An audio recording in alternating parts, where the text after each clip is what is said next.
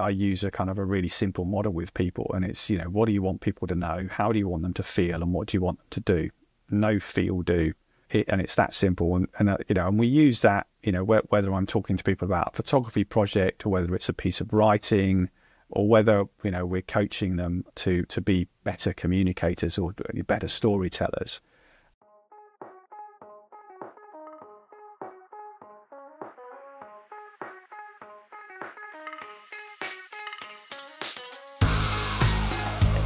Well, hey everyone. Welcome to episode 424 of F-Stop, Collaborate, and Listen. I'm your host, Matt Payne, and this week we're diving into the world of documentary photography, visual storytelling, and the evolution of creativity with my guest, Andrew Cameron. Andrew's journey is a fascinating one, starting with a background in theater and video production, transitioning into running a creative agency, and eventually finding his true passion in documentary photography. His work spans industrial photography, social impact projects, and humanitarian stories, all with a focus on creating compelling visual narratives for businesses and organizations. In this episode, we discuss how the creative industry has evolved, the ways technology has both empowered and challenged photographers, and whether documentary photography still has a place in today's fast-moving digital world. Andrew also shares insights from his book, The Challenges of Monetizing Personal Projects, and his thoughts on balancing creativity with sustainability. It's a deep, thought-provoking conversation about photography's power to inform, inspire, and create change. Let's dive in. Here's my conversation with Andrew Cameron. All right, Andrew Cameron, it's great to have you on the podcast. Thank you. Great to be here. Yeah, absolutely. I'm happy that Zoe Hildemark could make the connection with us, and I know she does a lot of PR on your behalf, and she's really great. I just recorded a podcast with her not too many days ago, and so I figure anyone who she recommends is probably worth talking to. I've known Zoe for some time now, and yeah, she's been fantastic in helping me organize all the things that I really don't like, such as sort of SEO and blogging and making sure that your website is ranking and doing the kind of the PR stuff, all the things that photographers hate doing, but we all recognize are essential. And every now and again, we all have a moment of crisis and think, I really must do that. And Zoe's been great at sort of holding me to account. Sometimes too good and too efficient, it has to be said. But otherwise, yeah, she tells me off. Oh, right on. Well, Andrew, for people who aren't familiar with you and your photography, why don't you go ahead and tell us a little bit about yourself? I'm of an age now where I've gone past half a century, but I suppose I've been sort of taking photographs and in photography for the last 15 or so years.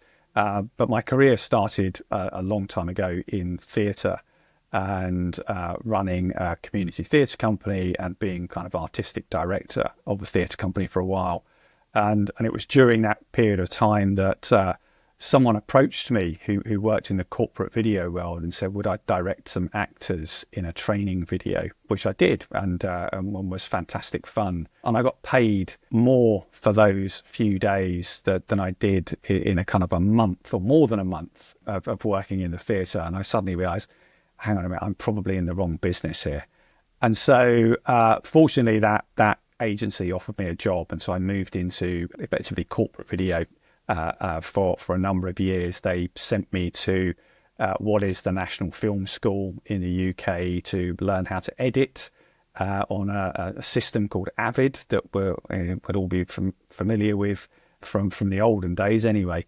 And so I became a director, and I did that for a number of years before really kind of changing career some time ago and deciding to get rid of the paraphernalia of video production and all of the people and things that are involved, and just enjoy the kind of the creativity of being outside or inside with a camera on my own, doing the kind of the things that I enjoy doing. So I live not far outside London, a place called Reading. I spend quite a lot of my time every week in London. It's a commute, takes about an hour door to door. I'm married. We have a couple of dogs. We live in the countryside in a place called Hampshire, and it's very idyllic. But most of the time, I'm in a car or on a train, traveling somewhere around the country, or even at an airport, flying off to another country. So you went from community theater to video direction. When and how did the photography come into play? It's always been there. I've always had a camera. Gotcha. Okay. So I've always had an interest in photography, but there was a point in my career. I was running an agency at the time. It was my own agency, and a number of things were going on. The industry itself was changing, and we could talk more about that whenever we want. But there were things going on in the industry that were changing. And there were things in my personal life that were happening. My wife had just gone through 6 months of treatment for breast cancer, which she got through the other side of. But that was sort of a distracting period of time. That at the end of it, when I went back to the office, not that I was absent for 6 months, but I sort of went back in refreshed and suddenly looked around and thought, "Blimey, do I really want to upgrade that edit system, or do we really need another DVD studio, or the graphics guys are asking me for another £1,000 monitor. Do I really want to do this? Do I want to do?" And the answer was no. And so I began a process. It took about 2 years of just slowly unwinding everything and sort of giving it all up. But I wanted for myself to hold on to being creative, and where was I going to get that creative kick? And so I wasn't going to get that anymore from going out, necessarily working with cameramen and composing shots and looking at the monitor and deciding how we were going to frame something. So I was going to do it on my own. And so I was picking up the camera and going out and doing my own thing. And like many people, I'm sure, the kind of the first foray was street photography, because it's the most accessible. You can do it whenever you want, and so I would I would have a day in my diary that was blank, and I go, right, today I'm going to get on the train and I'm going to go and spend the day in London with the camera. And so that was the sort of the start of the process for me, and it sort of built from there. I love that. So when you went out to do this street photography, it sounds like it was the beginning of a transition period where you were slowly exiting out of video production and running your own video production company and transitioning into trying to make a name for yourself as a photographer. And the street photography seems like a really natural fit in terms of someone who's used to working with people and used to seeing how people interact with the environment. At what point did your photography transition into something with a little bit more intention and purpose? To be honest, Matt, I was a terrible street photographer. That's really what it boiled down to. I would go out and I'd sort of spend the day wandering around, and I'd come back. I was never particularly fulfilled. I kind of had fun, and I'd taken a few shots, and I'd play around, and I'd probably come back and there'd be kind of 100, 200 shots, but I'd look at them and think, I don't really, none of these are really any good. And even when I gave myself a purpose and said, right, today I'm going to go out and I'm going to do this, I was still rubbish at that, because I'd probably never find it. And then I'd suddenly be distracted by something that was going on over there, or something that was going on over there.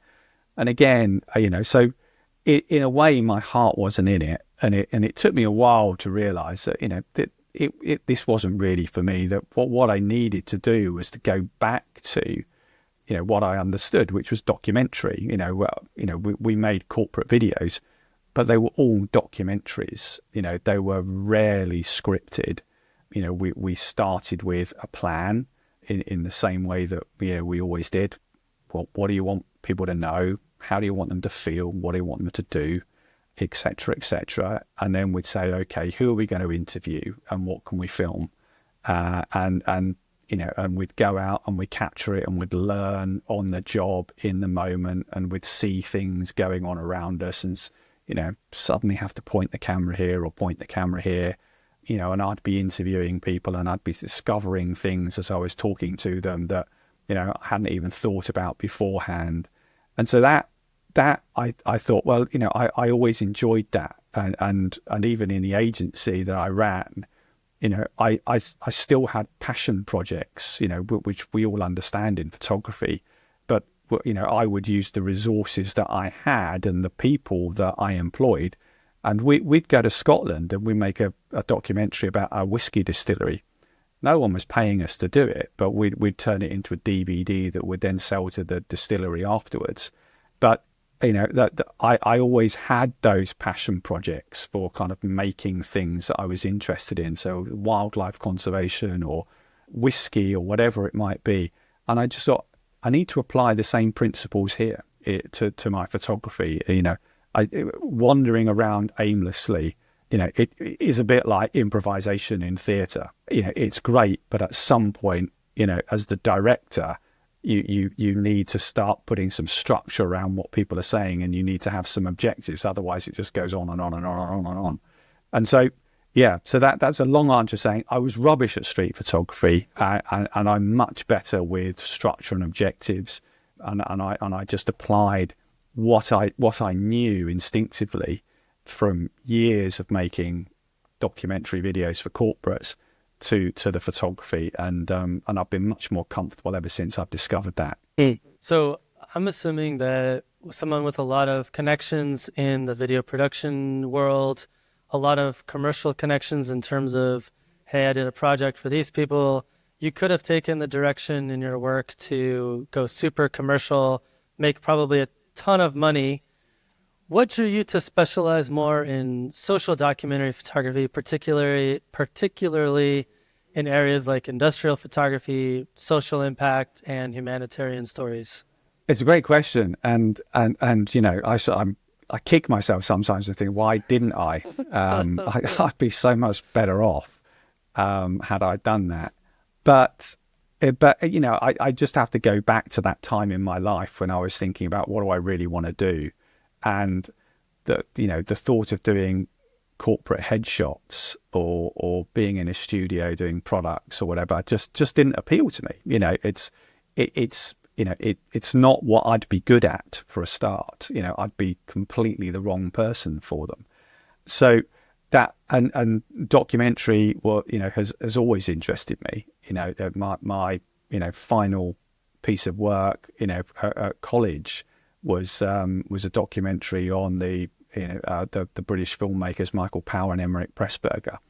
That was probably the first time that I went out as a kind of teenager, interviewing people who were, cameramen and editors that had worked on film sets and talking to them and then kind of having to go into an edit suite, which in those days was tape to tape and sort of put stuff together and see the story being created, but learning as you went along. So documentaries has always interested me, and I knew that in the corporate world that there was space for that.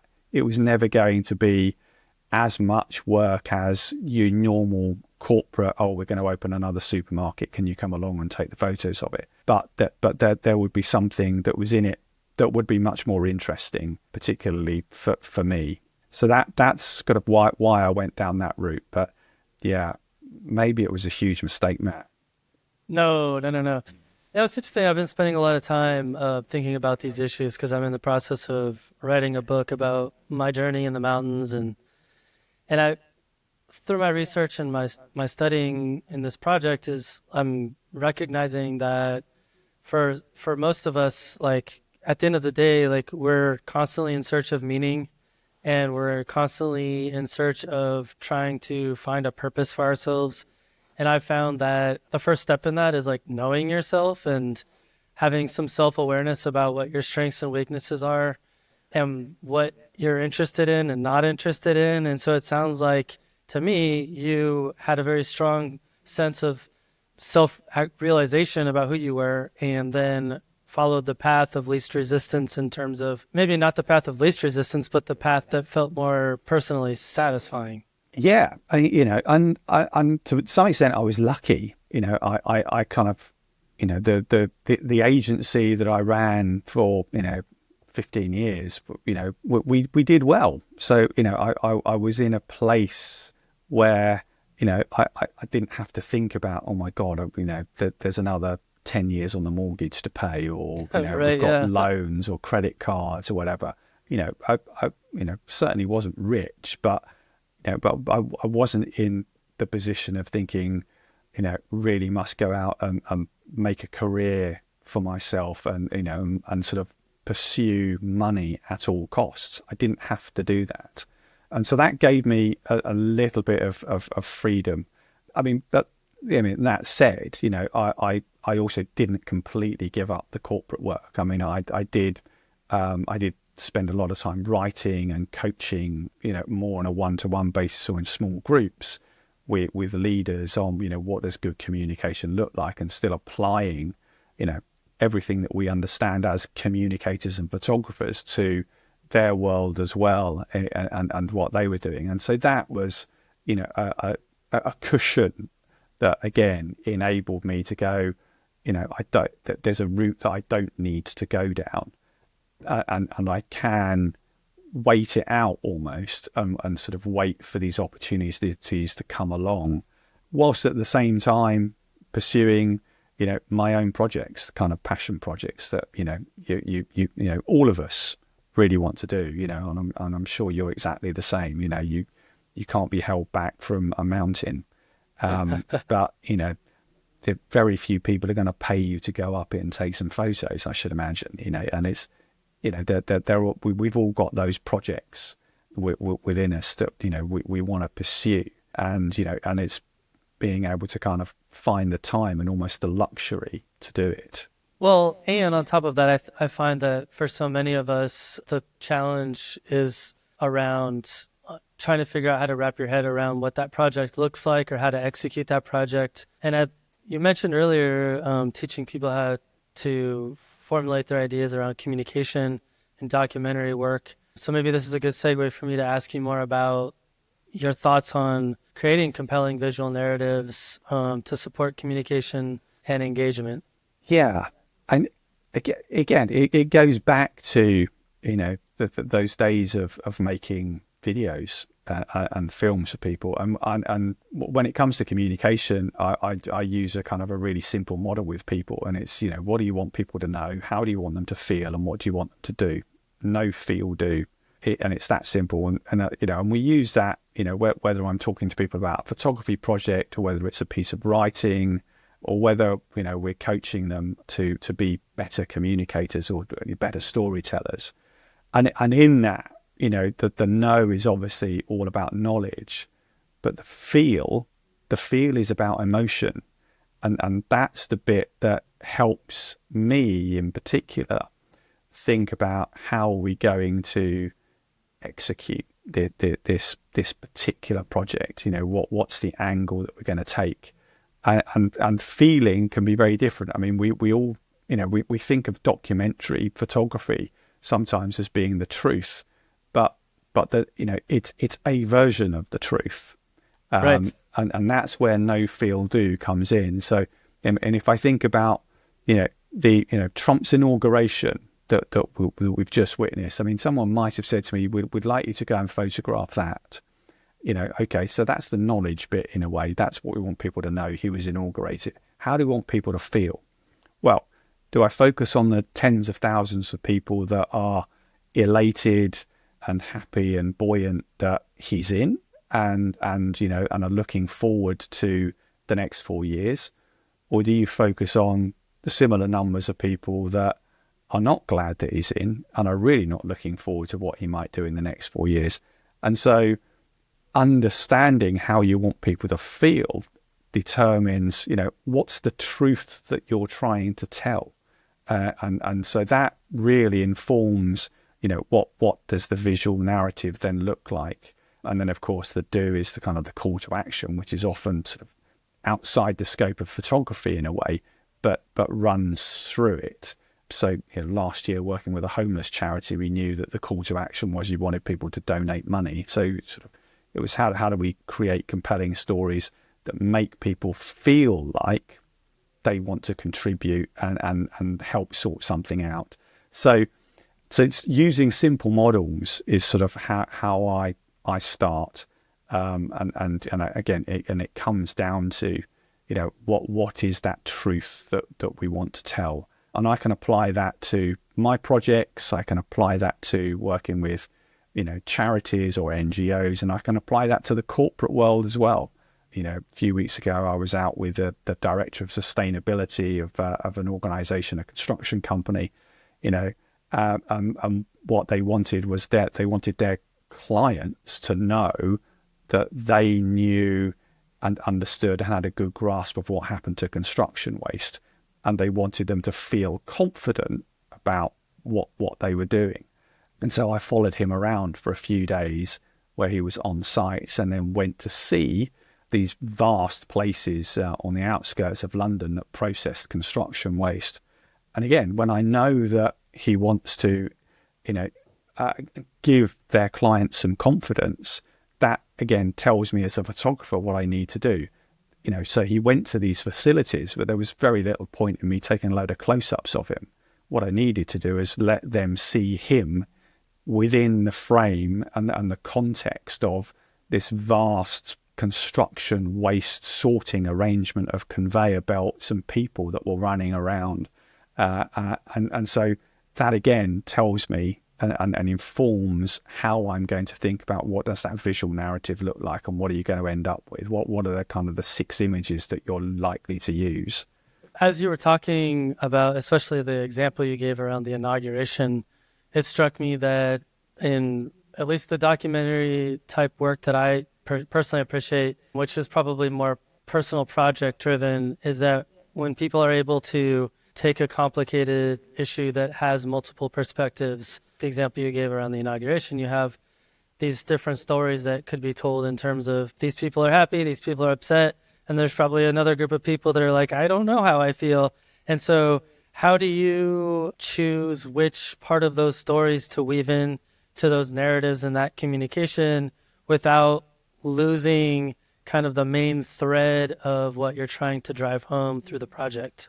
I suppose it comes down to what is the objective of what it is that we're trying to say. So, I mean, using that example, if the objective was, to show a divided country, then again, that's the know in what do you want people to know? The country's divided, and so therefore you would then go out and take the photograph. So to me, it always comes back to kind of what's the objective, what's the story that we're trying to tell here, and then how do you go about kind of balancing that?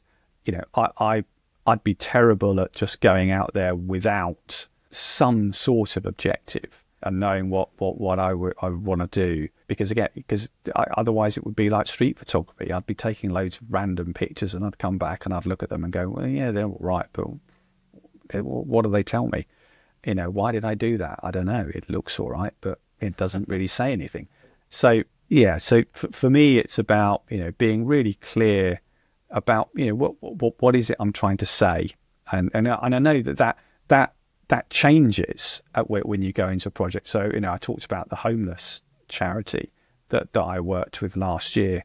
That started out as one thing, which was focus on homelessness and people who are without homes, and that was sort of that's what the charity wanted me to do.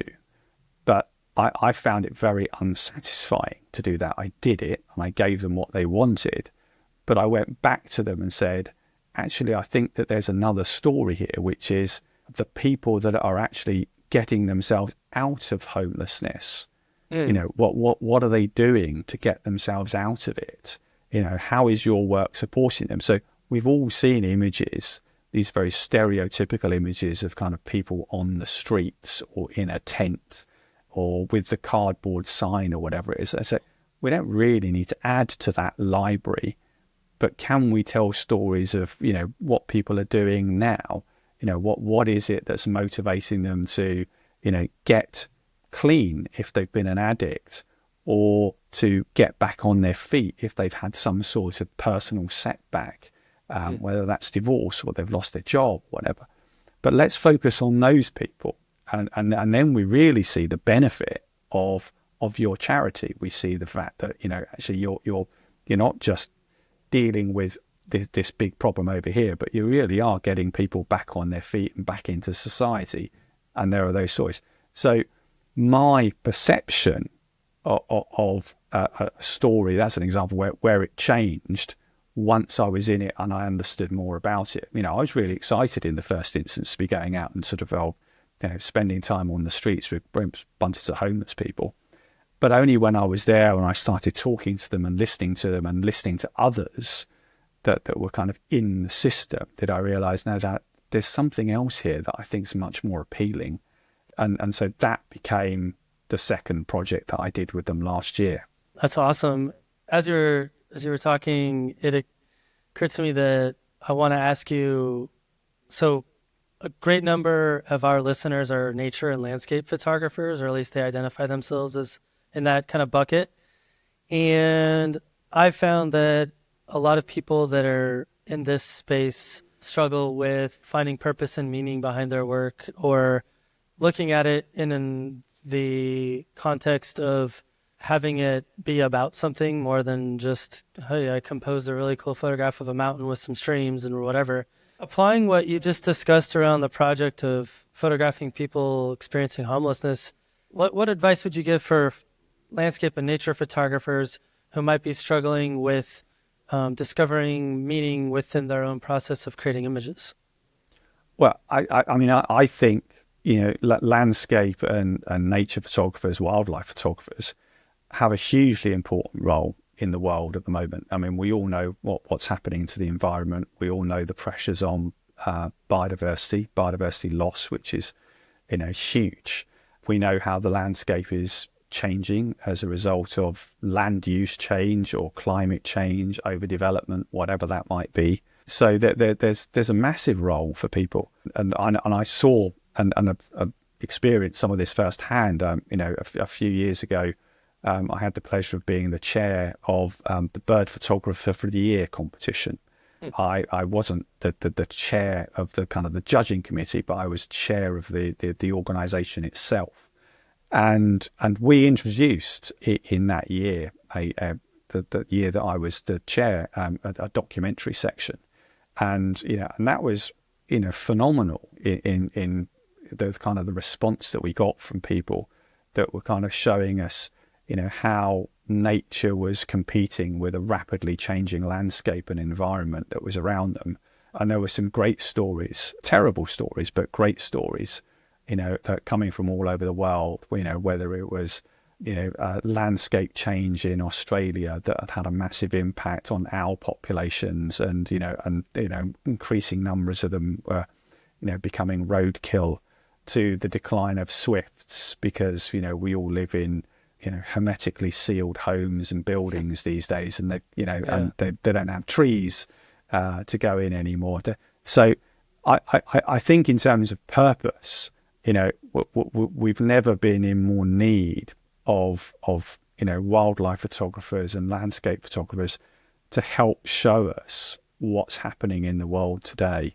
And and as much as I enjoy sitting in a hide photographing birds or whatever it might be for therapy, if I'm on holiday somewhere, I'm absolutely in awe of these people that go out and sort of show us the kind of the declining world, but what we're set to lose if we don't change our ways or really think about how we can start putting back.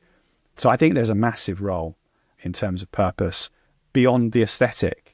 Obviously it's still storytelling, but I know from our experience in bird photography that once we'd sort of set the challenge of saying, can you kind of do us a kind of documentary story in 6 pictures, that the stories were very moving and very surprising as well in sort of what we learned. So I think there's a great opportunity for people in that world to perhaps recalibrate, rethink about the fact that, you're not just going out getting a great shot anymore, but perhaps think about it in the context of, is this a changing landscape? Is this a changing environment? Is it still going to be here in 10, 15 years time? And the same with wildlife and nature. Yeah, and it occurs to me that kind of applying your earlier lessons around how you approach other projects, that it starts out simply enough in terms of understanding what it is you want to communicate, having an idea of what you want your project to be about, how do you want people to feel, and then most importantly, perhaps, is like that call to action. What do you want people to do with that knowledge? Yeah, absolutely. That's it's a really simple model. No feel do. No feel do. I love that. That's it. And we're all really good at the kind of the know bit in a way. What do we want people to know? But then it really comes down to, but then how do you want them to feel that? And I think that's when, for us as photographers and creatives, that's when it starts to get really interesting. Lots of people go out and kind of push a button, but can you frame something or put a sequence of images together that really create an emotion, building on the emotion of the first picture to the second, to the third, to the fourth, to then make people feel like they want to do something. That's where, for me, it gets exciting anyway. Yeah, love that. Before we dive back in, I want to take a quick moment to tell you about something that might actually make your life a little easier. If you're like me, you put everything into capturing the perfect photograph. But when it comes time to name it, write a description, or even price it, it can feel overwhelming. That's where Art Helper comes in. This AI-powered tool is designed for artists and photographers to take the guesswork out of presenting and marketing your work. It helps generate compelling titles, rich descriptions, and even custom artist statements, so your images connect with buyers and collectors effortlessly. But it doesn't stop there. Do you need help writing blog posts, social media captions, or emails to your audience? Art Helper has you covered. Struggling to find the right Facebook groups or subreddits to share your work? It can help with that too. You can even get AI-powered pricing suggestions for your prints. Now, I'll be honest, I tend to be skeptical of AI tools for creative work, but I gave Art Helper a try, and I have to say, it's actually pretty robust and functional. If you've ever felt stuck when it comes to the business side of photography, this might be worth checking out. Don't take my word for it, give it a shot. Find a link to this awesome tool in the show notes. All right, let's get back to this week's episode. Well, shifting gears a little bit, I know earlier you alluded to the fact that you've seen a lot of changes in the creative space, both in video production and probably in photography and documentary photography. Having witnessed that evolution, how do you feel that big tech companies have democratized creativity? I mean, the short answer is I don't. I think what tech companies have done is they've democratized access to the same tools that creatives use. And I go back to, when I saw particularly the kind of the video production industry changing, and the first days of iMovie, when it came, it was bundled up free on the latest Mac laptops that you got, and I'm sitting there looking at a £5,000 Avid suite that we've got. and you're like, it can do the same stuff I can do. Yeah, what the heck? I'm like, what's going on here? And the the real shift that happened when DSLR cameras started shooting video, and suddenly someone would turn up with something that looked like a stills camera, and they were doing video on it. And again, I'd be looking in the cupboard and going, why have we got all these bloody cameras here that are the size of bags? But I think what happened, at that time when the price of technology came right down, and suddenly people, and even for us as professionals, an edit suite went from being thousands of pounds to hundreds of pounds for the software, and the price of cameras came down and things like that. So there was a general shift downwards, but I think really what happened was that it enabled people to access the technology.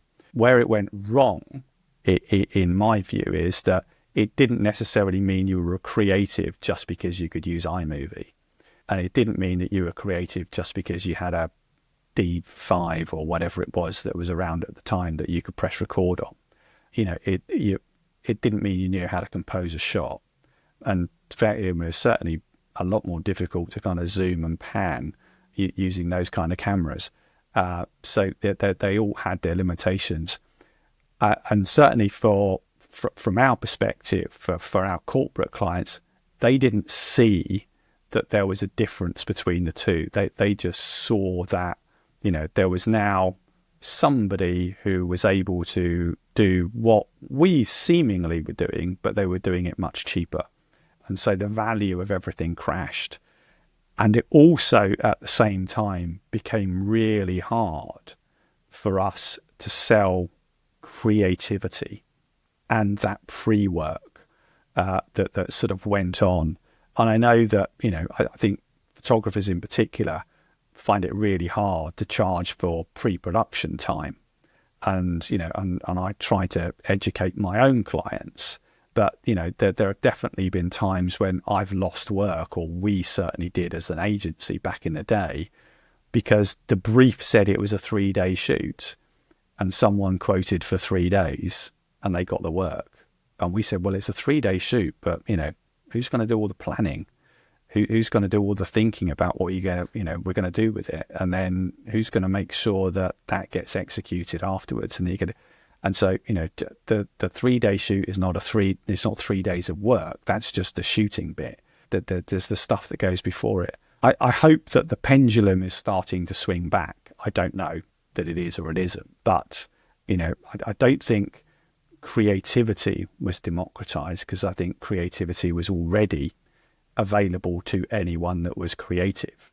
I think what the tech companies did was they just enabled people access to the same kind of tools that professional creatives were using at the time.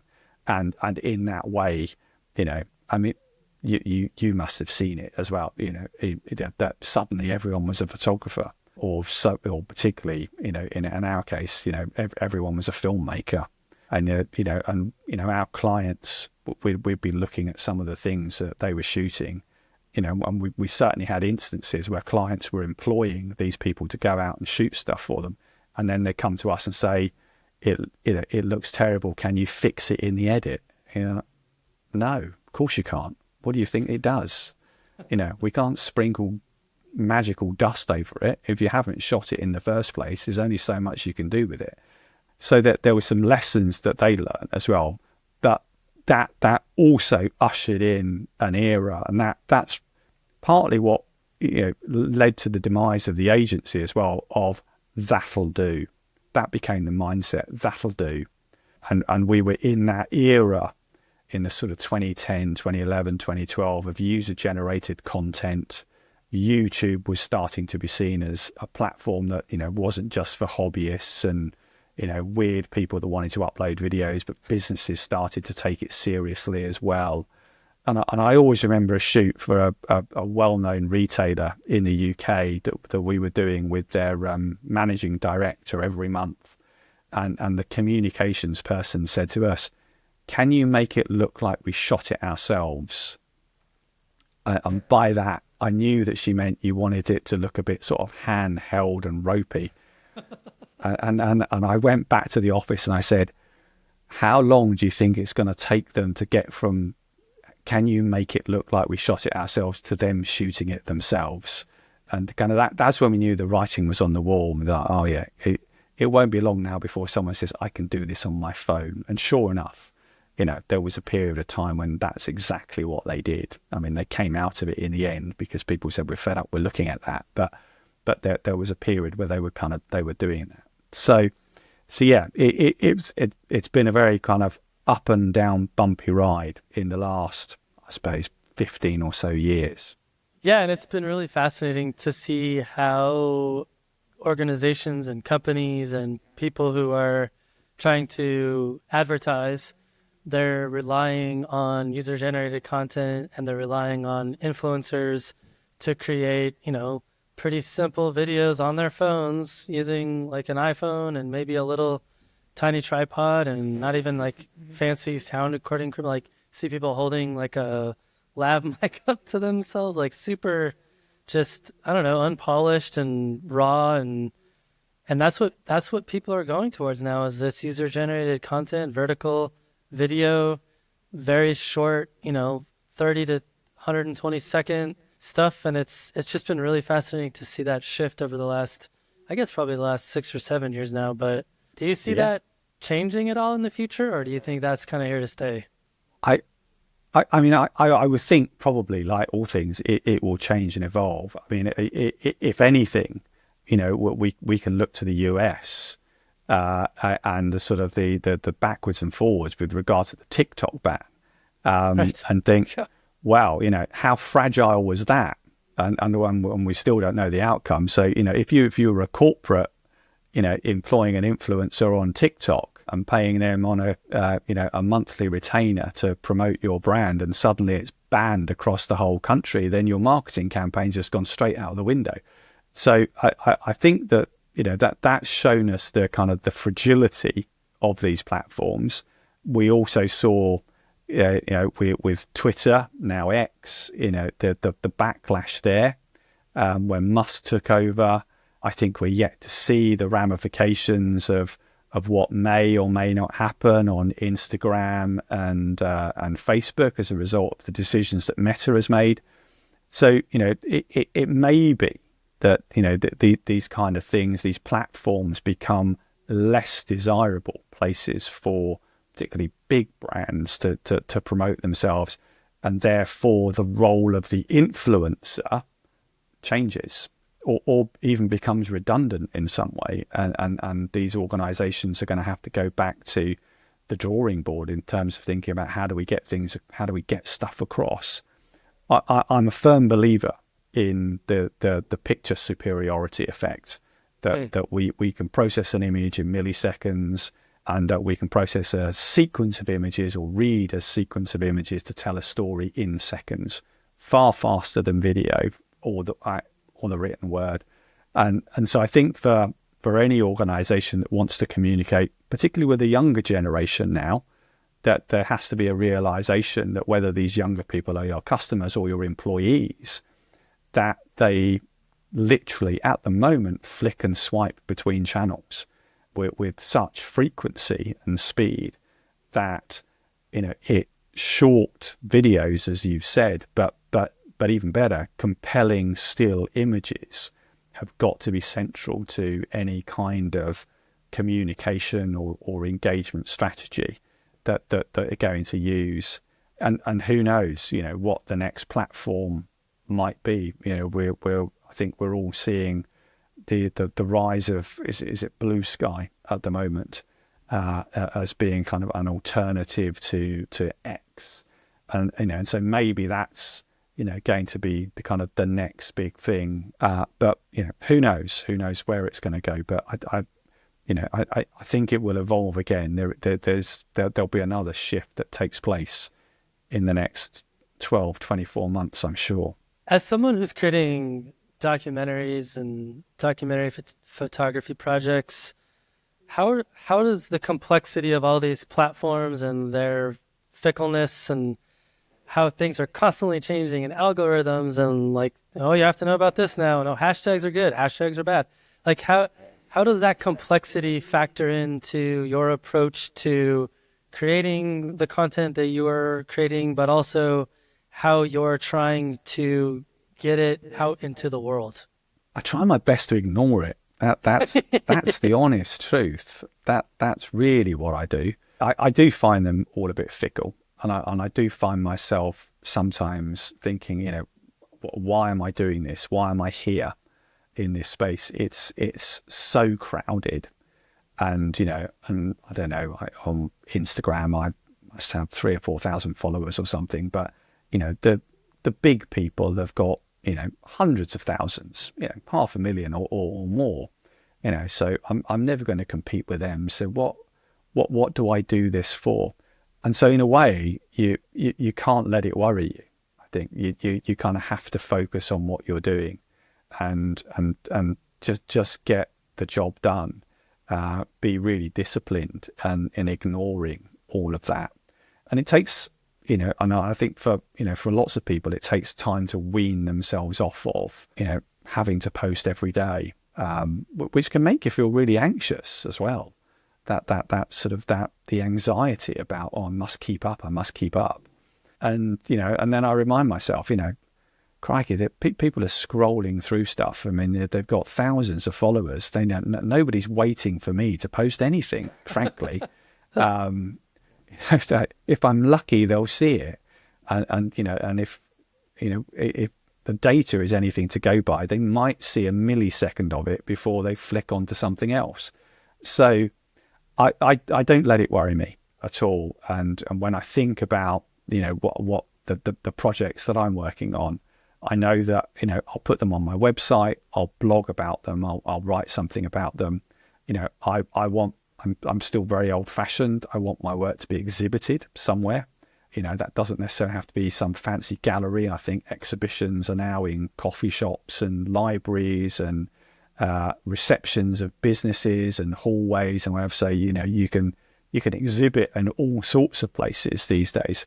And I still produce little books, little zines, like these kind of things here. This is what we produced for the homeless exhibition that went alongside it, and we could print, several hundred of those for, less than £1 each, and afford to give them away. We could get a sponsor that would have their logo on the back and we'd, give them away for nothing.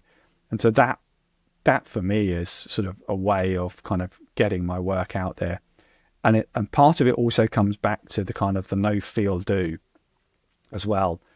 If my objective as a photographer is, I want people to feel in this way and I want them to do that, I'm pretty certain that I'm never going to achieve that through Instagram, because, people, you don't have that range of emotions as you're scrolling through. It's like, oh, this one wants me to be happy, this one wants me to feel like this, or this was. It doesn't happen. People are scrolling through for their own benefit, and I think there's very little engagement that really happens on some of these platforms. I don't take away from the fact that some people are really successful and they sit there and they will watch a TikTok video or an Instagram video and they'll happily share it and whatever else. But I think, so for my work, for the kind of thing that I'm doing, I don't think it would, I'd achieve the objectives that I or a client would want through social media platforms alone. I think it's a way of, we tend to use it as a way of signposting, oh, look, there's an exhibition, this is the exhibition that's happening, go and see it, rather than the work itself. And, and I would imagine, is that the same for you? How do you use it? Oh, man. Social media is something I don't have a super healthy relationship with, generally speaking. I'm very cynical about it, but I'm heavily engaged in it because I still see it as a viable way of forming and sustaining connections with other people that are in my circles, like other photographers that I appreciate and people that I want to keep up with and people that I want to maintain those relationships through social media. And sometimes that's the easiest way to do it. It's there. It's in, I can easily see people's stories and see what they're up to. I can reply to their stories, those kind of things. But in terms of using it as a platform to grow an audience or to really get people to fully see the value in what you're trying to create, I think it falls short most of the time. Yeah. Yeah, and I think you're right. You're using it for what we all thought it was intended for right at the outset, which was a community, right? And it sort of at some point it changed from being a community to being who has the most followers, and suddenly the person that had the most followers was therefore the person that was most influential, and therefore they were the ones that became the influencers. But I think, as you said, using it as a way of staying in contact with people and seeing what's going on, which is, if I look at it, that's exactly what I do. I look at the photographers I know and I go, oh, he's there this week, or he's doing that, or he's doing that, or that, or people that I photographed, or they're working on this, or they're working on that. But as for the rest of it, I think it's unhealthy to spend too much time in there.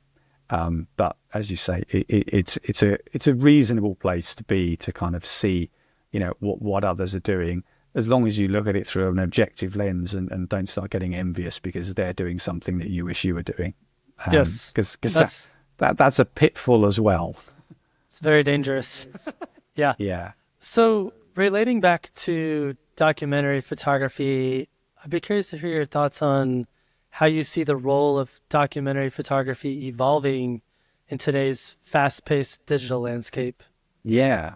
Well, I'm similar to what I was saying about nature photography and landscape photography. I think documentary photography is more important than ever.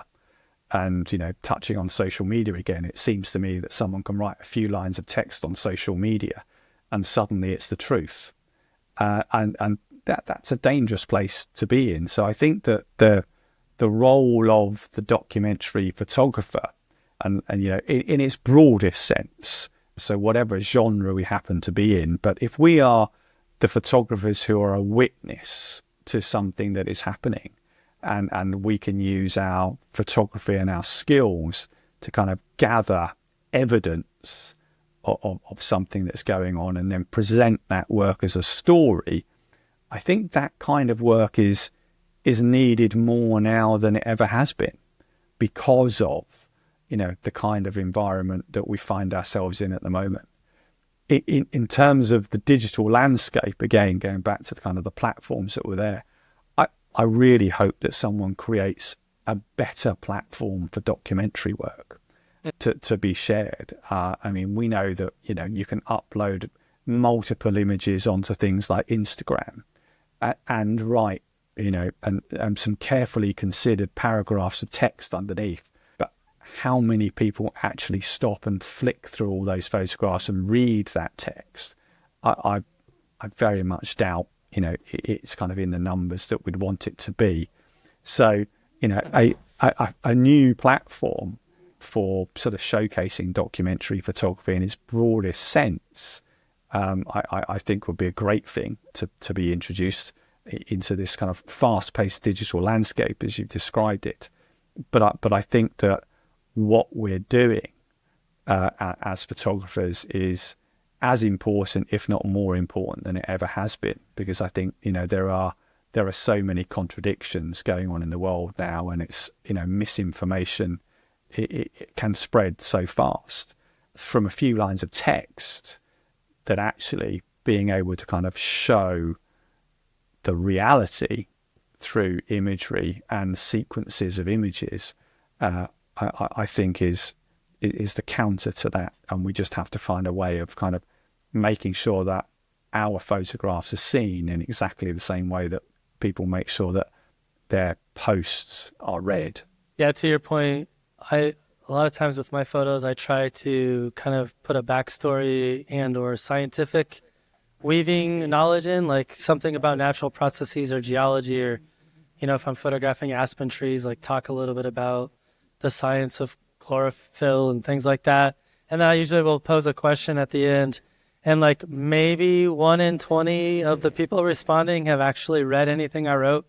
And it's super obvious because people, the way they comment, it's not about what I put in my post at all. So to your point, people aren't reading stuff. They're not really absorbing the content in that kind of more thoughtful way. And I think that's where these platforms fall very, very short. Yeah. And I think that's why we need something else. I don't know what that something else is, but in the meantime, we all have to use our websites, and we all have to try and print stuff and get it out there and get it exhibited and find ways of getting it in front of people. And I think again, more than ever, we have to recognize that we as photographers are a community and a body of people, and and whilst we're all photographers, we all have families, we all have friends that don't do this kind of stuff as well. And so using the community more is something that, certainly I'm trying to do. It's one of the things I'm trying to get better at, certainly this year has been on my list is, make sure that I kind of spend more time with other photographers, and sort of figuring out how we can reciprocate what we're each doing, because together, we're a force to be reckoned with, and we have to just find ways of cutting through the noise and sort of working together. So during COVID lockdown, you wrote a book called Making Documentary Photography. What inspired you to create that book, and what key insights do you hope readers will gain from it? Yeah, I suppose it struck me that there were loads of books on street photography. You could walk into any shop, Barnes and Noble in New York or Waterstones in London, and you could go to the photography section and you did find numerous books on street photography, but very few, if any, on sort of documentary photography. And so I started by just thinking about, what would a book on documentary photography look like? What would it cover? And so, like all these things, it started with a chapter list, and I wrote down chapter 1 would be this, chapter 2 would be that, da da da da. And then that was it for a while, and I kind of put that to one side and carried on with some work, and then I'd occasionally dig it out and go, oh yeah, I probably ought to do something with that. And so, I don't fancy chapter 1 or 2 today, but I might have a go and write a few paragraphs for chapter 3. So it sort of it came together, but then there was a point during lockdown when you really didn't have much to do, and I thought, right, well, let's just actually do it. Let's just go through it and see what it looks like and see how it reads. And so I did. I put together a draft, and I sent the draft to 3 friends of mine. One has nothing to do with photography but is quite interested in it. Another is a cameraman but likes stills photography, and I sent it to him. And another one is a director of kind of videos and TV shows, and so I sent it to him as well. And I just said, look, just give me your feedback, whatever it is. And that they all came back with really constructive feedback, but they were also very encouraging and said, actually probably ought to do something with this. So I kind of finished it and spent some time, and it went through a few iterations, and I got it up, and we had some printed, and it's now available on Amazon, but it's also available free as a PDF from the website. I give it away. And I do that because, and you said about what insights can people gain. For me, the whole thing about it is confidence. And I say exactly the same thing to, people where we're running workshops on communication and storytelling. It's all about confidence. Being a good communicator is about having the confidence to do it. But that's also true for documentary photography. So I wanted to write it in a way that was accessible and unpretentious and not full of jargon, but would hopefully give people the confidence to have a go. So it's not a technical book in, how to use a camera or how to set up lights. There's a little bit of that in sort of, thinking about, sequences of shots and the kind of different shots that you might have, but not much. So what I want is for people to use it and think, oh, actually, yeah, I probably could do this. This isn't beyond me, because it isn't. It is a process. It is about those models. It is about no feel do, and I think we use no feel do in there as sort of one of the building blocks.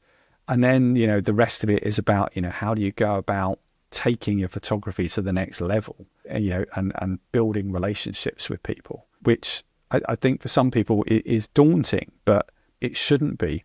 I've just started a new project this week, in fact, in a place called Jaywick in the UK, and it has the unenviable I suppose, label as being the most deprived area in the UK, certainly in England. And again, we go back to truth. I said to the guy the other day, I said, well, I could walk around here now and I could take pictures of rubbish spilling out of bins and fences that are falling down and cars that are rotting and buildings that have been abandoned. And I could tell the story of this really is, the most deprived place in England. But that's not what I want to do. I want to focus on the people who are there, because there's a population of people, it can't all be that bad. There must be some good things, otherwise they'd have all left. But the first step that I have to make in all of that is find the connection, so I did my research. I knew what I wanted to do. And the next step was to find someone there. And I think, that's where taking photography to the next level from, street photography, wandering around with a camera aimlessly, to actually sitting down with some objectives and then kind of having to, send an email to someone and say, hey, I'm thinking about doing this. Could I come and meet you? That's the most daunting bit.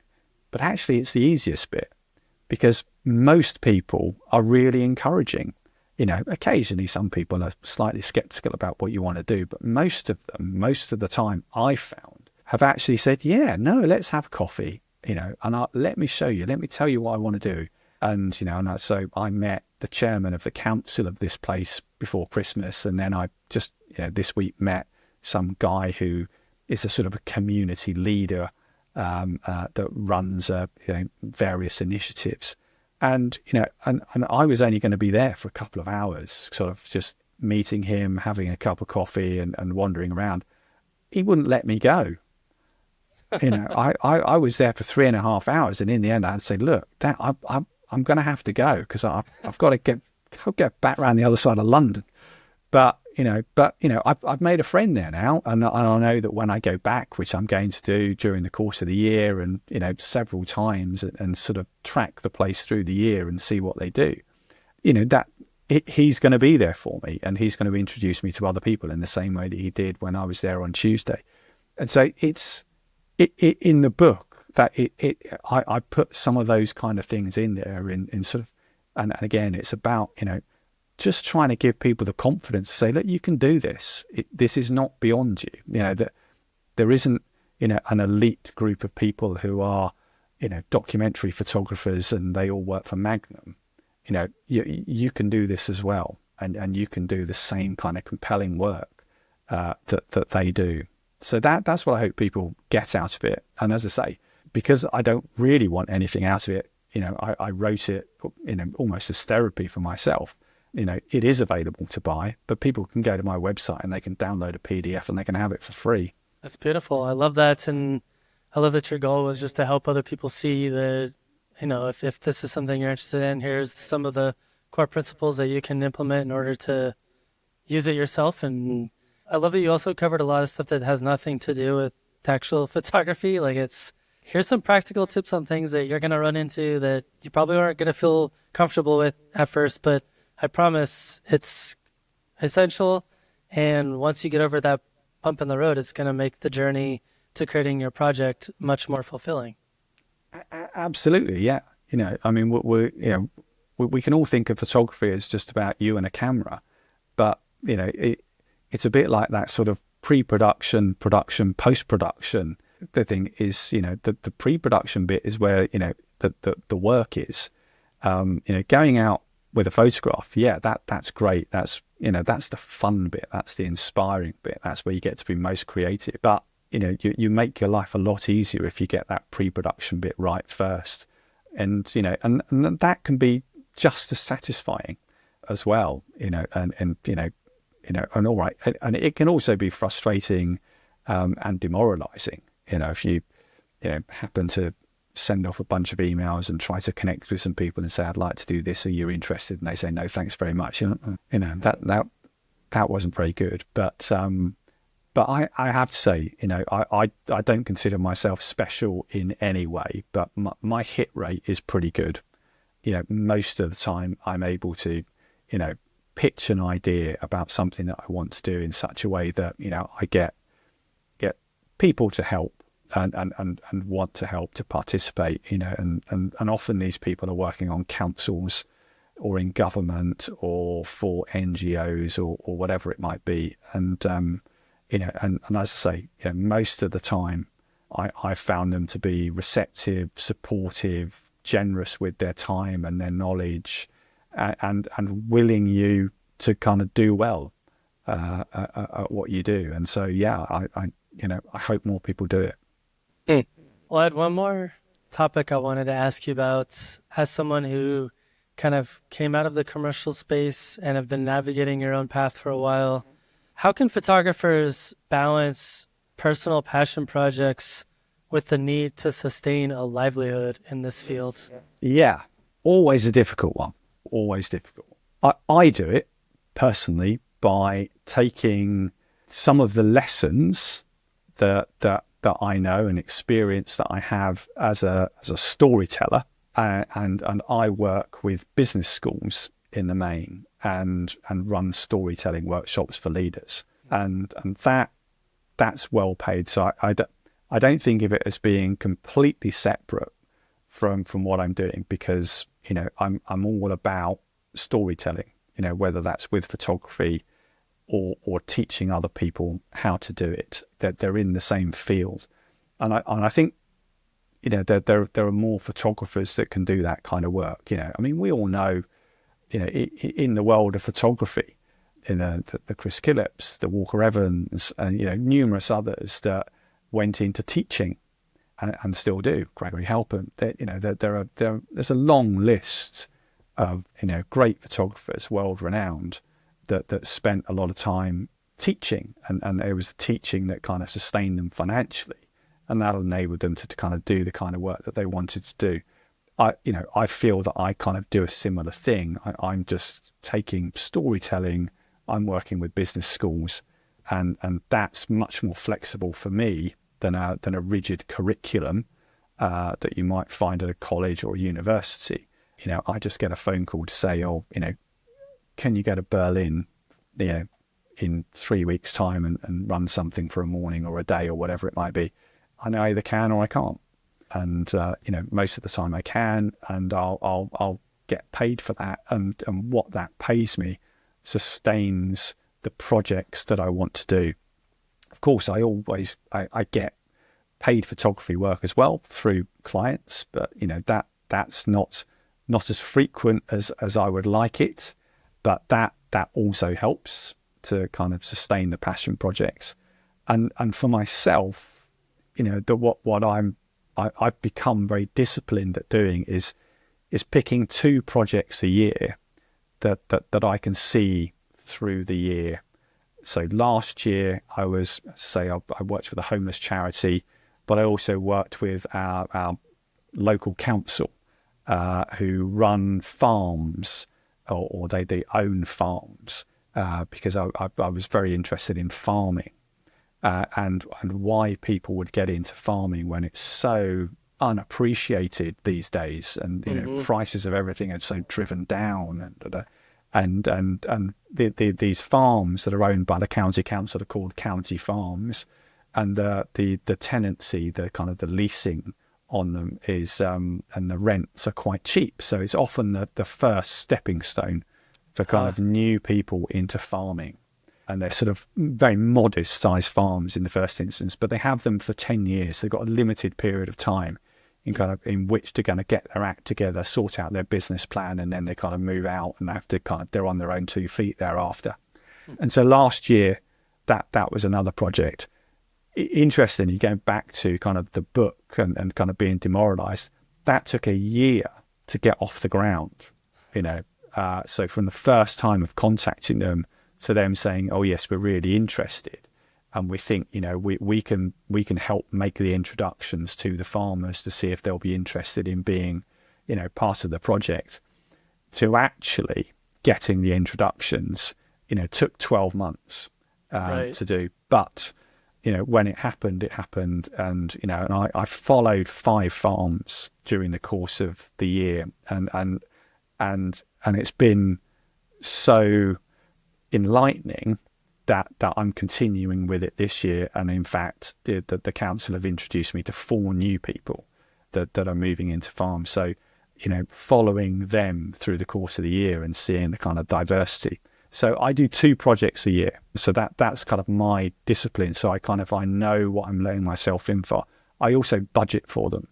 So I kind of know, what am I likely to spend on travel? How many days am I going to spend? If I was to turn it into a zine at the end, how much am I going to spend on that? If I'm going to get prints done and things. And then, I might then try and look for a sponsor either part way through or as we did for the homeless charity, once we got to the point of saying, okay, there's an exhibition to be done. We're at that point now with the farming where, I've been told I've got exhibition space, but, they've got to be printed and framed. So it's now a case of, okay, so can we find someone to, sponsor that bit of it, and help it sort of become a kind of a flourishing exhibition that we can get out there. So that's kind of, how I organize myself, but it's, that there's, it's limiting myself to the projects that I do. So I know how much they're going to cost me. And then, doing work that is not photography work, but is flexible enough not to get in the way. That's for me been the formula that's worked. But I recognize that, that's not going to be for everyone, and I know people that are fantastic photographers, but, they have to do a 9-to-5 job, and, then they can only really be great photographers in the weekends or during the holidays, and that's a real shame. But they've got bills to pay and they've got family and all sorts of other commitments, and I think we all recognize that, the days of, photography being commissioned are sort of long behind us, and certainly few and far between now. I mean, I get commissioned to do stuff for corporate clients, but, I've never been commissioned by a magazine to do anything, or a Right. publication, that they're happy to take the content once it's been created, Yeah. and publish it, but they don't want Right. to pay for it in advance. No, Right. that's for sure. Right. Yeah. Yeah, So, that seems like the pretty typical model now, and it works pretty well for some people in terms of, like, hey, I have an idea for a project. How much, after I deliver it to you, how much will you give me? That kind of a thing. And if that works for you, that's great. I don't see how that works for a lot of people, but it does work for some people. Yeah. And I've looked into it, and the sums of money are relatively small anyway. Right. That's for sure. And, the Guardian, a newspaper in the UK, has a photo essay section, and that they pay £800 for a photo essay. Well, I mean, that's a drop in the ocean compared to even the travel costs that would be involved, let alone your time to do it. But it's something, it's another outlet. So yeah, there is no right or wrong answer, unfortunately. But as you say, the model that kind of seems to work for most people is you've got to find a flexible way of earning a living that allows you to support yourself, while you pursue these other projects and bring them to fruition. Yeah, and I think the thing that people always bump up against is how far are they willing to go in terms of sacrificing some of their authenticity or who they are as a person. I'm constantly shocked to see, I guess I'm not shocked, it's just something that doesn't resonate with me, but, people who monetize their lifestyle that, like, I'm going to go live in a camper van and I'm going to promote all these products that I'll never use, like, as I'm traveling, and that's how they sustain their living. And they're okay with that model of kind of, yeah, I'm okay with selling stuff I don't care about and don't believe in, as long as it means I can put food on the table. And that approach doesn't fit with me, but it seems to fit with a lot of people. Yeah, I suspect it works for now. Whether it's sustainable in the long term, I don't know. You only have to look at, kind of the old media of, actors and actresses and, who used to be popular and how long they were popular for. Influencers, I think, have got the same kind of shelf life. You're popular, and then someone else comes along, and and then someone else comes along, and then someone else comes along, and so I don't see that's a really sustainable way of living. And I think, as you say, you have to be authentic to yourself. You have to hang on to your own values of what you want to do, and and recognize that sometimes the pursuit of your art and the need to be creative, means that sometimes you go hungry, as artists did in the olden days, that you'd get so consumed and wrapped up in what you were doing that you just couldn't stop. You kind of had to do it, and I think when you're there, then that's when you're kind of being really authentic. It doesn't put food on the table. That's the trouble. That's why you kind of you've got to find something that you can do that's comfortable for you, that doesn't feel a million miles away from who you are. And for me, that was storytelling and kind of being a better communicator and people understanding communication. That didn't feel like a million miles from kind of what I'm trying to do with my photography. But I know a great wildlife photographer that's also an Uber driver. Totally. But it works. And he kind of runs workshops at the weekends and evenings when he can, and in between runs around in the car and earns a living that way. And I think that that's the life that we've got. I would say that we've never aspired to have the big house, the luxury cars, the luxury holidays.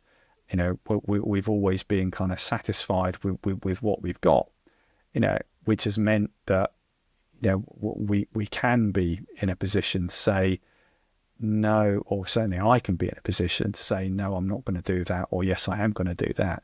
And at the same time also say, I'm going to take a week off and I'm going to focus and spend the week doing this project, because I'm not trying to pay $5,000 for my next big holiday or clear the credit card of the one that we had last year. But it's a lifestyle thing, I think. And for me, certainly kind of being creative and that ability to be creative is something I need. And you talked about lockdown, and during lockdown, that was something that I really missed, was that ability to do that. And talking to people in these kind of environments day in, day out, was draining for me. And it took me a while to realize, actually, I just need to go out and stretch my brain a bit. And so, that's a drug that I have to have now. That's what photography gives me. My wife understands that. She knows that's what I have to do. She moans on a Sunday morning when I get up at 5:00 on a Sunday to go and photograph some milking of cows at a farm. But I wanted to do it. I could have gone in the afternoon, but I said no. It's going to be great when it's dark and the lights are on. It's going to be so much more atmospheric. No, got to be there early.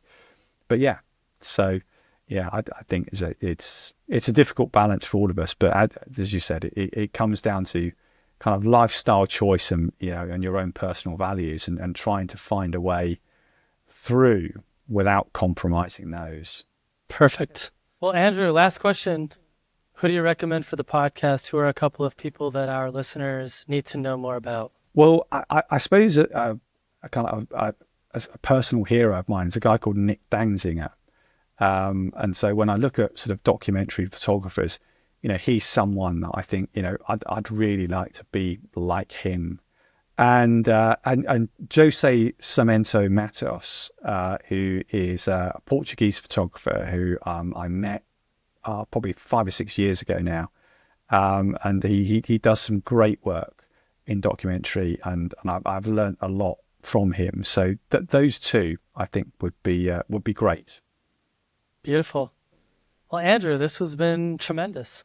No, thank you. And it's been, interesting and enlightening and therapeutic as well, Matt, as well.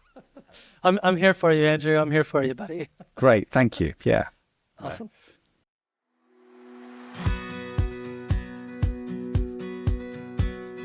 Well, thanks for joining me for another awesome episode. A huge thank you to Andrew Cameron for sharing his insights on documentary photography, storytelling, and the evolving creative industry. Before we go, I want to remind you that this podcast runs on the value for value model.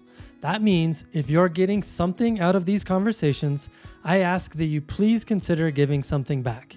It could be a financial contribution, sharing the show with a friend, or engaging with the community, whatever value you feel it brings to you.